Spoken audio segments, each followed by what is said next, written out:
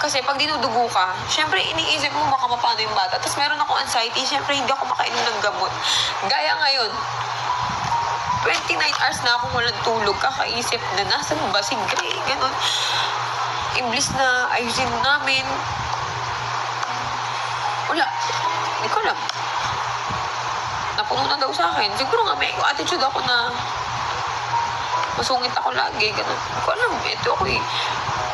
Pero noon naman lahat ng kasiyahan naman yung mga saya namin. Sana yun na lang yung naisip. Hindi ko lang imagine talaga na magagawa sa akin yung bigla akong inalisan. Tapos hindi na bumalik. Tapos, yun nga. Yung message siya sa akin na hindi niya na rin kaya.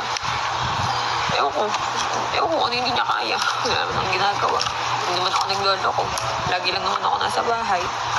Lahat naman, pagpapasaya, ginagawa ko. Diba? Pero siguro nga, masyado na siyang nasasakal.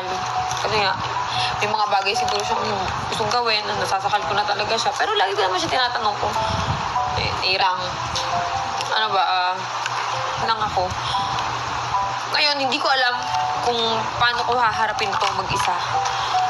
Gusto kong maayos kami, kaso, sabi niya, ayaw na niya. Ewan ko, bakit? Siguro, sa ugali ko nga. Ganun na. Kasi minsan masama talaga ugali ko. Minsan nagmumura ako pag hindi ko nagugustuhan yung ginagawa. Ganun. Pero mabait naman yung taong yan. Sobrang bait. Siguro nga, napuno na sa akin. Kasalanan ko rin siguro to. Ayun nga.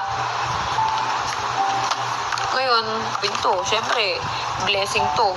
Hindi ko naman to pwedeng tanggihan. Diba? So, kung ano na lang ibibigay ng Diyos, yun.